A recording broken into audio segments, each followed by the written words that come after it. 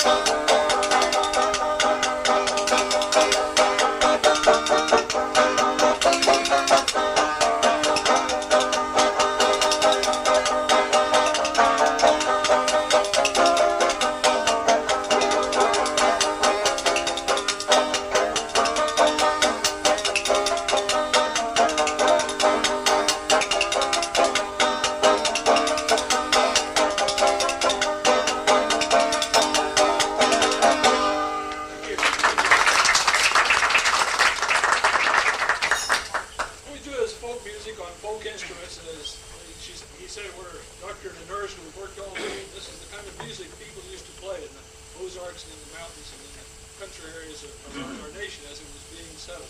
We play music that's about 100 years old, and it's just a simple type of rhythmical music that you used to hear. My hatpin is falling off, so she's going to repair it. It's red. I put it on for Christmas because this is Christmas season. Ordinarily, it's just a black hatband. But folk music is the music of the country folk, and it's very enjoyable foot tapping, hand clapping type of music. It gives us a good rhythm. It's easy to sing along with. A lot of some songs that we play or sing along, we'll have one this evening that you can sing along with. It's a music that came to us from many different origins and came from the countries of Europe, particularly the British Isles, came into the settled areas as they settled and came to the Ozarks from those places. Much of it has evolved into other types of music, bluegrass, rock and roll, country music, and other kinds of music that you see. There's also the music that Art Gilbert and Gordon McCann play, which is a very specialized kind of music, and it's also very rhythmical and interesting to listen to. So we hope that you'll enjoy our program. We play folk music. That's how we call folk strings, because we're all related, we're all folks. We play folk music and folk instruments. My wife plays a mountain dulcimer. It's going to be an unusual instrument. Mountain dulcimer or Appalachian dulcimer came to us from the Appalachian Mountains in the mid to early 1800s, and whether it was invented, imported, or adapted, it appeared there. There's controversy always about anything that's the history is oral tradition, but the general accepted theory, I believe, is that it's a descendant of the German child.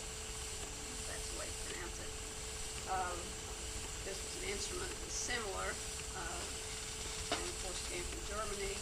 It went into France as the epaulet, into Sweden as the hummel, and they said that hummel means to hum, and it's a drone type of instrument, and it sounds like you're humming, probably is where the name came from. There's a Norwegian instrument that's similar that I can't pronounce, so I won't even try. But they're all a long, flat instrument that's held on the lap and played by depressing the melody string with your finger or a little rod, and then strumming or plucking the strings. The name means sweet sound, and there is a theory that the English settlers in the Appalachians gave it the name dulcimer because they were familiar with the hammer dulcimer, and it makes a similar sweet sound. Next thing we're going to play is Holy Mannah, which is a southern hymn that can be found in the shape note songbooks, the Sacred Harp songbook. The oldest recorded evidence of this song is in the Columbian Harmony, which was published in 1825.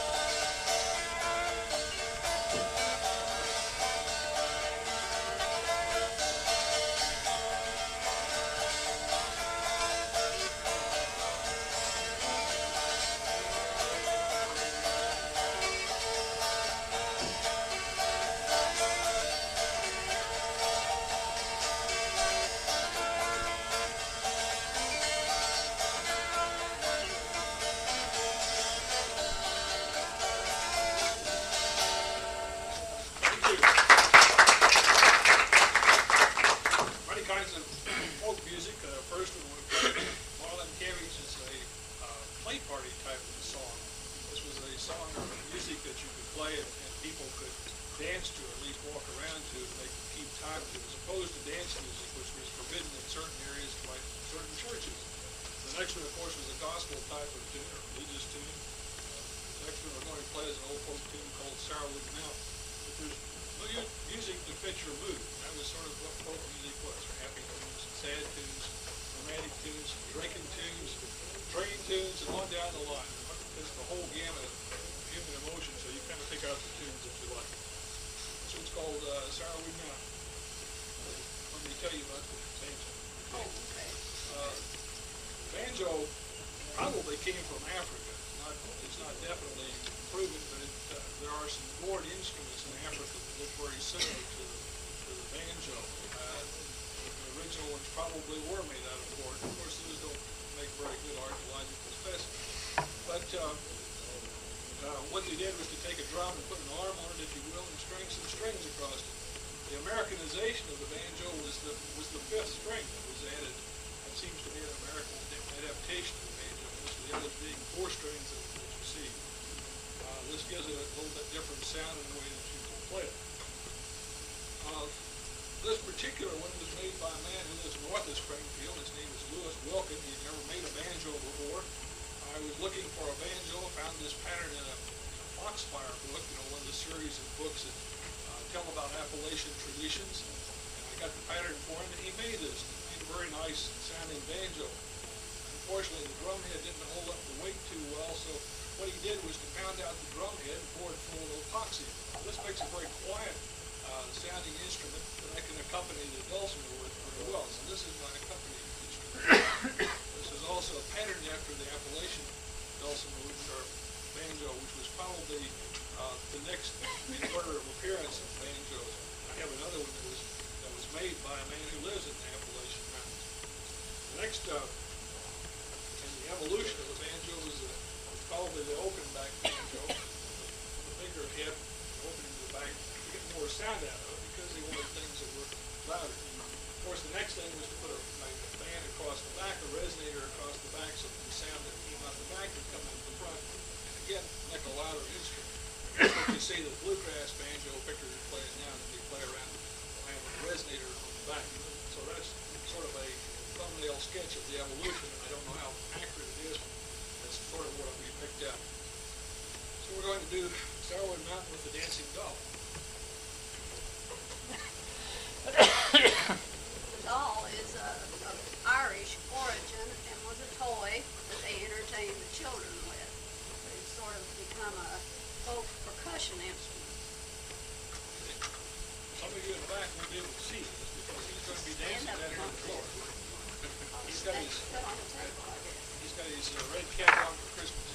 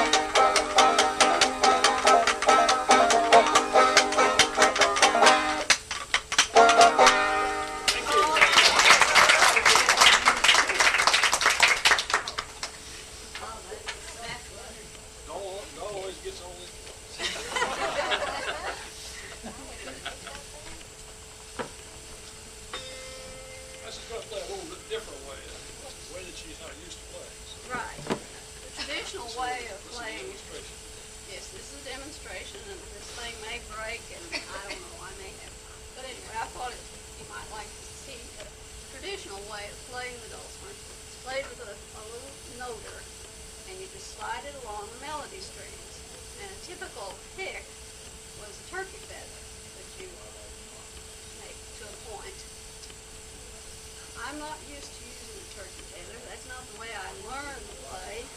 And I suppose the reason they didn't use this kind of a pick, they didn't make that kind of a pick then. But we'll try this. It's called Liza Jane. And there's many, many Liza Jane songs in folk music.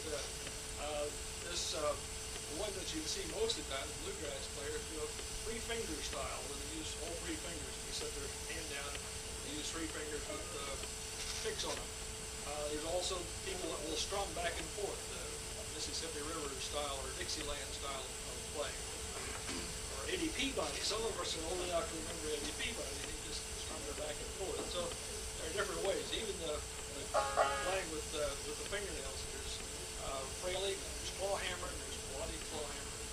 Even within that, there are different ways.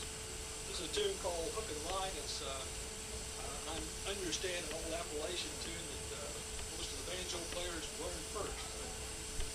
I got this banjo down in eastern Tennessee, and it was made by a man who learned how to make banjos from the guy that they interviewed when they made the Foxfire book. So if you can follow all of that, he's the man who knew the man. So he made this. It's a very lightweight instrument as opposed to the heavyweight that you get with the others, but it makes a nice sound. It has no frets on it, as you can see. So learning to play a fretless banjo, I went back and picked up this simple tune called Hook and Line.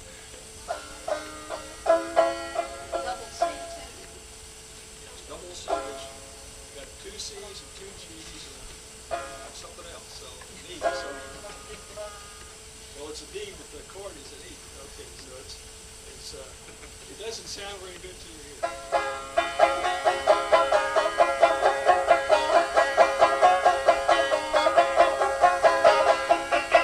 Got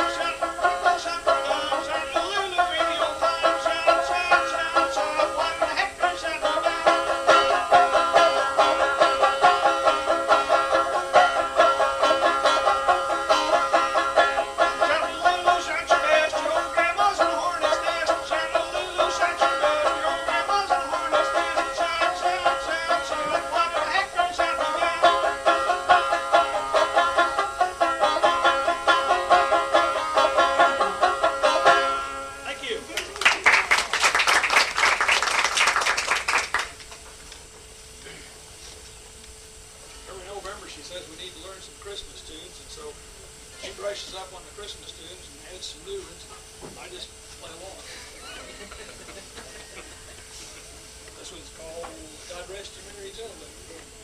This is an ancient Christmas carol, and it's played in the Aeolian mode on the dulcimer, which is a minor tuning. There's many, many ways to tune the dulcimer.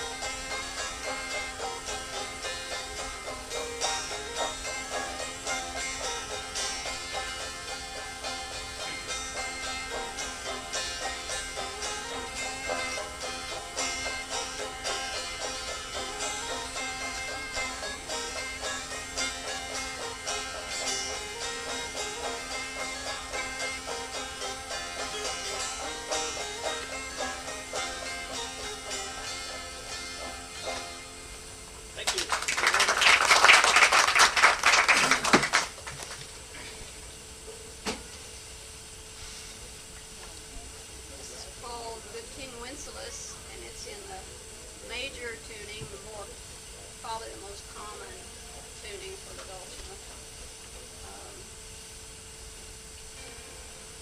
You know about this carol? Yes. It's an Austrian, Bavarian. Bavarian, or Czechoslovak. 15th century. He was a 10th century monarch, but was censored for his good deeds to the poor.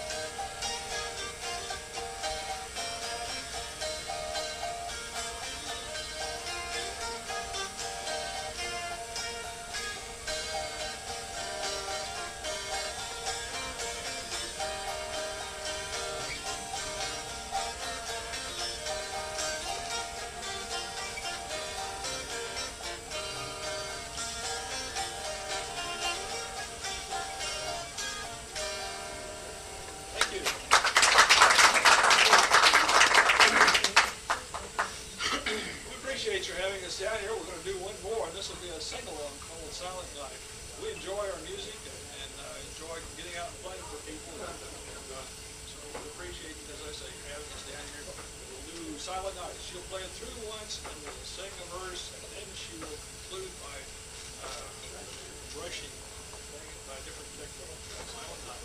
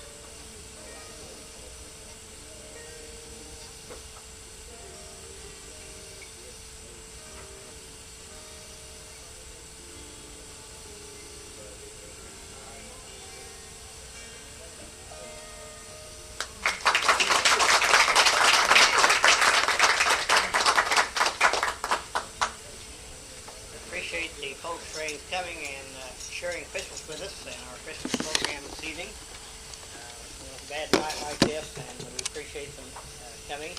I didn't mention that in our introduction that Joe was the old Baptist hospital and the School of Nursing back there, so that's even a little bit of history in itself. Baptist hospital back in that time. We're going to